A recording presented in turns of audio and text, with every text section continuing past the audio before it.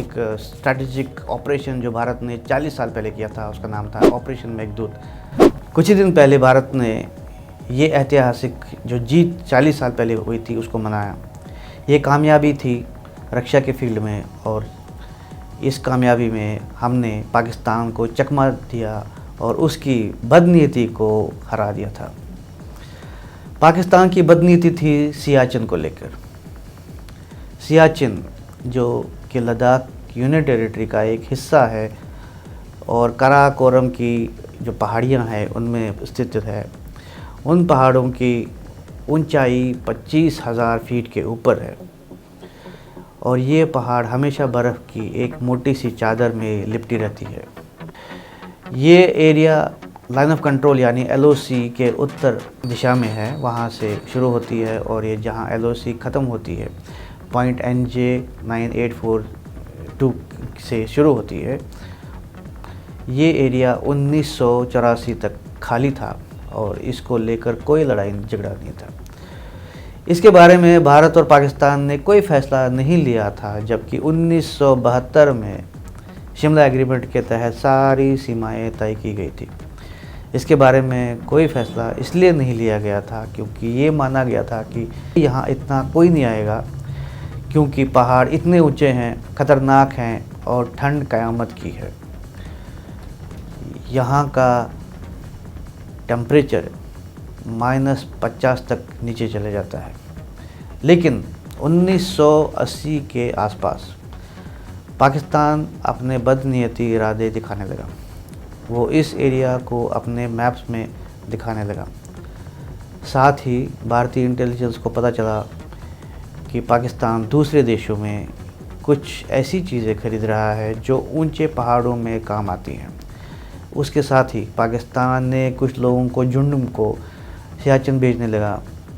वहाँ था mountaineering expedition. ये सब चीज़ों से भारत की सरकार को भरोसा हुआ कि पाकिस्तान के इरादे सही नहीं हैं। तो उस समय की प्रधानमंत्री इंदिरा गांधी ने तुरंत ठीक फैसला किया।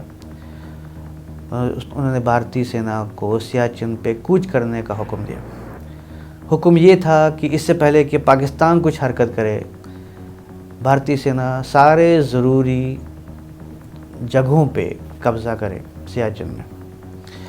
हुक्म की तामील की गई और 13 अप्रैल 1984 को भारतीय फ़ौज सियाचिन पहुंच गई। इस ऑपरेशन को नाम दिया गया मेघदूत। पहली टुकड़ियां उत्तराखंड से आने वाले फ़ौजी थे जिनको पहाड़ों की आदत थी। पाकिस्तान ने भी जल्दी फ़ौज भेजी सियाचिन की तरफ, लेकिन तब तक देर हो चुकी थी। भारत की फ़ौज ने ज़रूरी पहाड़ी चोटियों को, जो बड़ी बड़ी चोटियाँ थी, उन पर कब्ज़ा कर लिया था।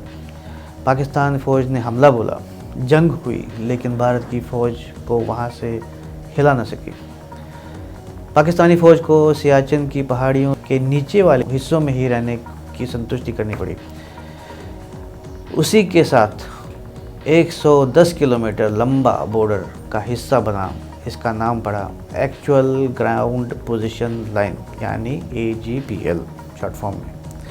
ये हिस्सा पॉइंट NJ 9842 जहाँ LOC ख़त्म होती है उसके उत्तर दिशा में शुरू होकर इंदिरा पॉइंट तक है। इस इंदिरा पॉइंट पे भारत, पाकिस्तान और चीन की सीमाएं मिलती है।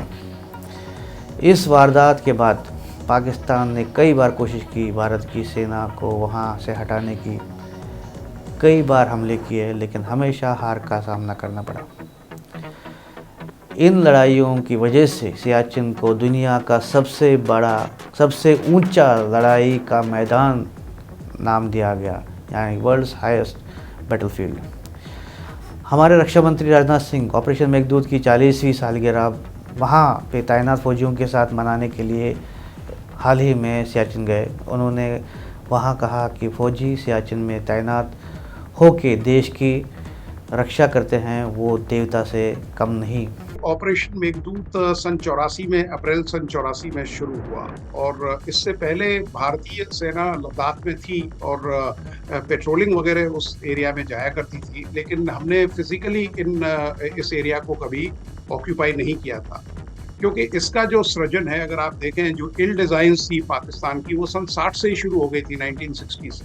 तो ये करेक्ट। टैसिट अंडरस्टैंडिंग हुआ करती थी दोनों देशों में कि भी दोनों की जो सेनाएं हैं वो पीछे चली जाएंगी, और जब वेदर ठीक होता था या जब बर्फ पिघल जाती थी तो वो वापस आके ऑक्यूपाई कर लेते थे।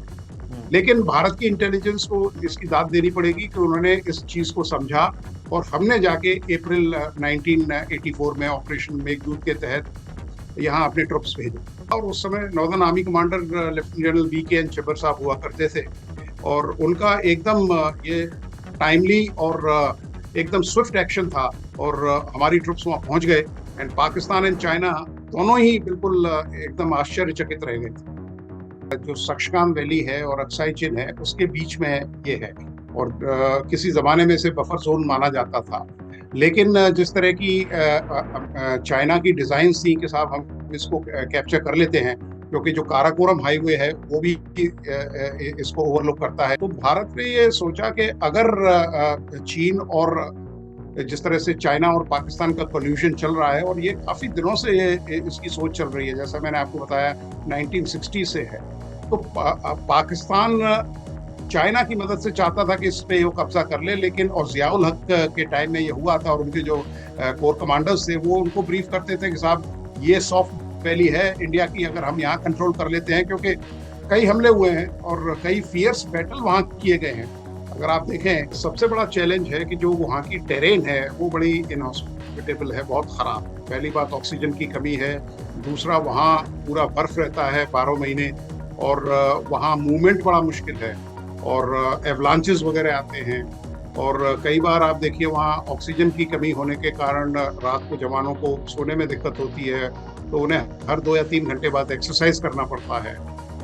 हालांकि भारतीय सेना और भारतीय सरकार वहाँ बहुत बढ़िया राशन आला दर्जे का दे रही है, लेकिन वहाँ थोड़ा मेटाबॉलिज्म भी स्लो हो जाता है, तो आदमी उतनी खुराक रिच डाइट ले भी नहीं पाता है। हालांकि सरकार ने सारी सहूलियतें दे रखी हैं, कोई चीज़ वहाँ खराब नहीं होती है। Even human waste is to be वहाँ से एयरलिफ्ट होकर चंडीगढ़ आता है, उस पर कर रही है, और ये भारतीय सरकार है जो इतना खर्च कर सकती है, क्योंकि पाकिस्तान की तो हालत बड़ी खस्ता है, क्योंकि उनके यहाँ तो अभी प्लेन्स में एक्सरसाइज करने के लिए न तेल है, न लोगों में जज्बा है। पाकिस्तान की तो आज की तारीख में उनकी हालत ऐसी नहीं है कि वो इतना एक्सपेंडिचर उठा सके, लेकिन चीन का उनके पास पूरा सपोर्ट है। अगर आप देखें, कई एयरफील्ड्स हैं, क्योंकि चीन के जितने भी एयरफील्ड्स हैं वो ऊंचाई पे स्थित हैं, तो वो करीब हाफ पे लोड के हिसाब से उनके हवाई जहाज उड़ सकते हैं। तो उसने जो स्ट्रेटेजी बनाई है, उसने जितने भी लो जो हाइट बैंड्स पे एयरपोर्ट्स हैं वहाँ उनको मेंटेन कर रहा है, वहाँ वो जॉइंट एक्सरसाइज कर रहा है पाकिस्तान। तो चीन यकीनन, क्योंकि चीन देखिए आज की तारीख में उसके पास करीब 500 की न्यूक्लियर इन्वेंट्री है, और उसका जो एम है करीब 1000-1200 के करीब वो बना ले अगले चंद एक साल में। तो जो सिलिकॉन इंडस्ट्री है, उसमें अगर 30 सेंटीमीटर का सिलिकॉन वेफर बनाना है तो आपको 10,000 लीटर पानी चाहिए होगा, और वहाँ करीब 10 करोड़ एकड़ ऐसी जगह है जहाँ जितनी भी बड़ी नदियाँ हैं वो सब वहीं से निकलती हैं, तो उसको जो फ्रेश वाटर सोर्स है उसकी बहुत ज़रूरी है। अंत में ये कहना गलत नहीं होगा कि पाकिस्तान को सियाचिन में मुंह की खानी पड़ी, और उसका दर्द हमेशा उनको रहा है, हमेशा उनको सताता रहेगा। आपको ये प्रोग्राम देखने के लिए धन्यवाद। Thank you.